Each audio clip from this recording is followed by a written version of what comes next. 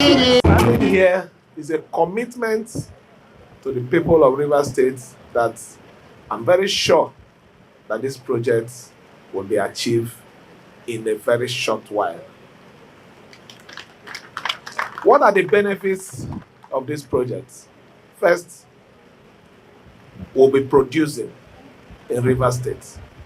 Development comes with production, manufacturing. When this thing kicks off, medical consumables and other things will start flowing from River State. People can even start coming into River State from other parts of the world to make orders. And what will it also create in this system?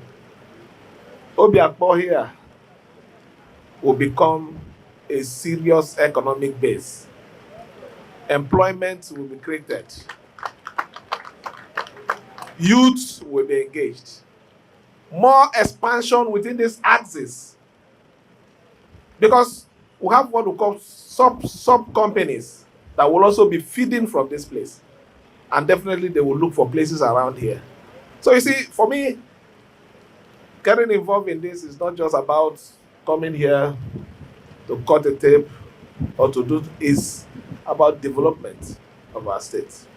So I want to join everybody. We cannot progress in the face of disunity. We cannot progress in the face of issues that must be understanding. The host community must accommodate the company. Government will also, on its own part, make everything available and even possible for you to operate smoothly. So let me assure you on behalf of the government that you have our total support and our backing to succeed in this project. For the Obiakpo, let me stand on the assurance of the chairman that every other support that you also need is going to give to you. I think for a very long time I've not stood before you people. So let me say something here. It is little of politics, eh?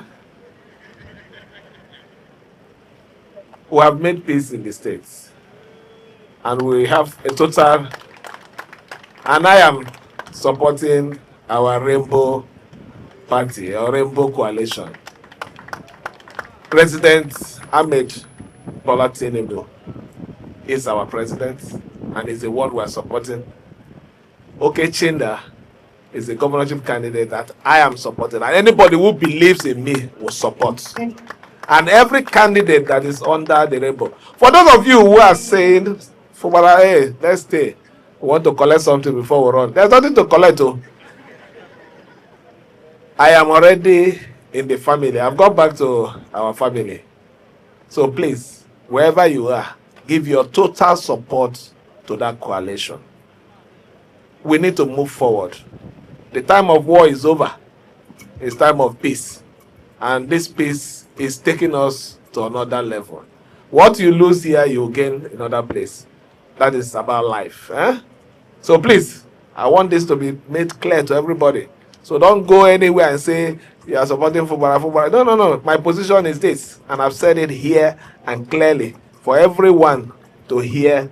If you're not hearing well, use cotton wool or open your ear and let it enter well. I am not party to anything that will bring any form of disunity in this state. I've done what I need to do. For now, we're moving forward. Let me, on this note, thank everyone who has made it to this event. I assure you that in our usual way of monitoring whatever we start, we are coming here in the next 3 or 4 months to officially unveil the first part of the progress of this. Governor Fubara's decision to publicly support the Rainbow Coalition and President Bola Tinubu ahead of 2027 election raises a major political question in Rivers State. Has Fubara finally surrendered to Wike, or has he simply chosen a new political strategy for survival and influence? To understand the significance of this development, we must go back to the beginning of the political crisis. Fubara did not emerge as governor in 2023 by accident. His emergence was heavily supported by Wike, who was then the outgoing governor of Rivers State. But shortly after Fubara assumed office, the relationship between the former governor and his successor broke down. What followed was one of the most intense political battles in Nigeria. The conflict moved from disagreement over political control to a full-blown power struggle involving the State House of Assembly, local government structure, political appointments, and the future direction of Rivers State. What began as a disagreement between a coach and his chosen captain eventually became a battle over who truly controlled the team. Fubara wanted to establish himself as an independent political force. Wike, on the other hand, remained determined to retain his influence over the political structure he had built over the years. Now, Fubara is publicly declaring support for the same political coalition led by Wike. So, the big question is, does this mean Fubara has been completely conquered? The answer is not that simple.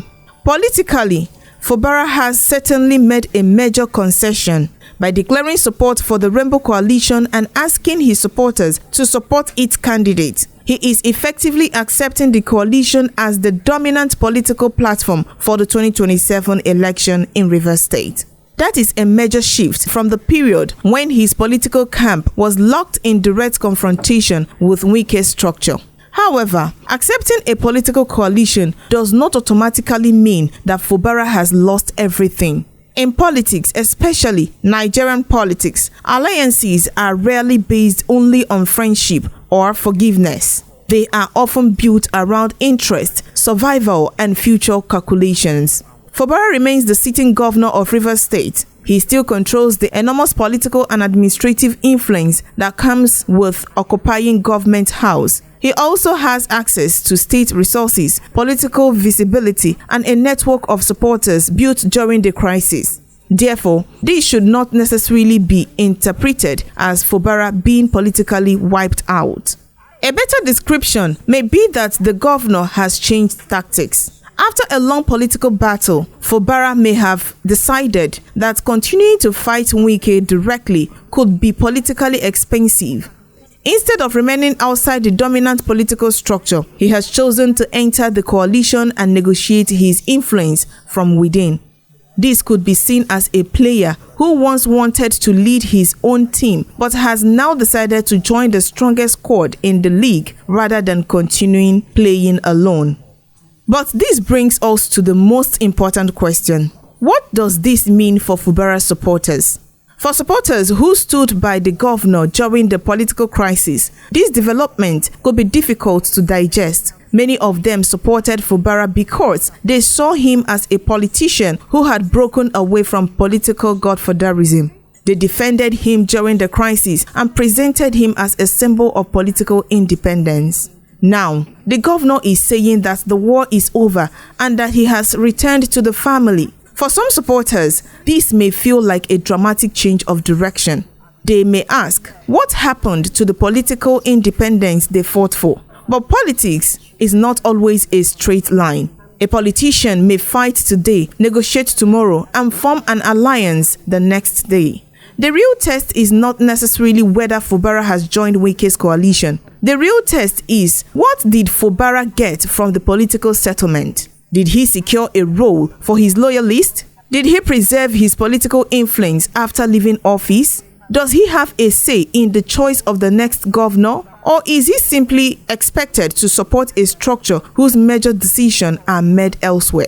These are the questions that will determine whether Fubara has entered the coalition as a partner or as a subordinate. And that is where the relationship between Fubara and Wike becomes particularly interesting. The governor's statement clearly suggests a significant reduction in open hostility. His words, "I have returned to our family," are politically powerful. That language suggests that Fubara is no longer presenting himself as the leader of a rival political camp. At the same time, it does not necessarily mean that the old relationship has been completely restored. A political crisis of this magnitude leaves behind deep wounds, mistrust, and competing ambitions. The question is whether the relationship between both men has genuinely been repaired or whether they have simply agreed to work together because political circumstances have changed. In football, the two men may now be wearing the same jersey, but the question is whether they are truly playing as a united team. Because behind the public display of peace, there could still be a contest over influence. Wike has spent years building a formidable political structure in Rivers State. He remains one of the most influential political figures in the state and has openly promoted the Rainbow Coalition as a broad political platform capable of producing candidates across party lines. Fubara, meanwhile, has built his own political identity through the crisis. The supporters have seen him not merely as Wike's successor, but as a political figure who fought to establish his own authority. The challenge for both men is therefore not simply to announce peace. The real challenge is to manage the political interests that produced the conflict in the first place. And there is another major issue. Who will ultimately control the 2027 governorship ticket?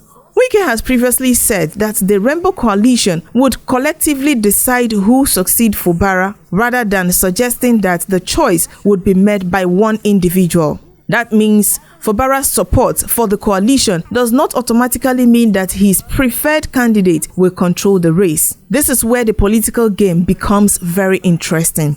Fubara may have joined the team, but the question is whether he has a guaranteed place in the starting 11. Or is he simply being asked to help the team win the match while other players decide who wears the captain's armband?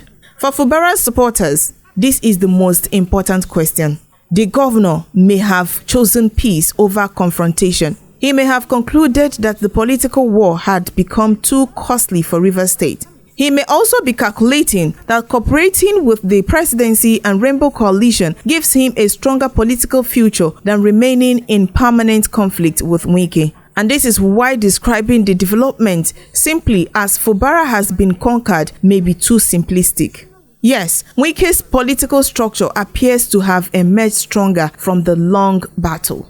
Yes, Fubara has moved from confrontation to cooperation. Yes, the governor is now publicly supporting a coalition led by the man with whom he had one of Nigeria's most bitter political disputes. But Fubara is still a sitting governor. He is still a major political actor, and his decision to join the coalition may itself be a calculated attempt to remain relevant in the political game beyond his tenure. So the final question is, has Fubara surrendered, or has he negotiated a political survival deal? The answer may only become clear when the 2027 political tickets are finally decided. Because in politics, just like football, the match is not won when the players walk into the pitch. It is won when the final whistle is blown. For now, Fubara and Wike appears to be on the same page. But whether this is a genuine reconciliation, a strategic alliance, or simply a temporary truce remains one of the biggest questions in Rivers State politics. And as the 2027 election approaches, the biggest battle may no longer be between Fubara and Wike. It may now be over who controls the team, who settles the players, and who ultimately decide who wears the captain's armband in Rivers State. Let me get your take. Please drop them on the comment section. Don't forget to like, share, and subscribe, as well as to hit the notification bell so you'll be the first to get our videos as they drop.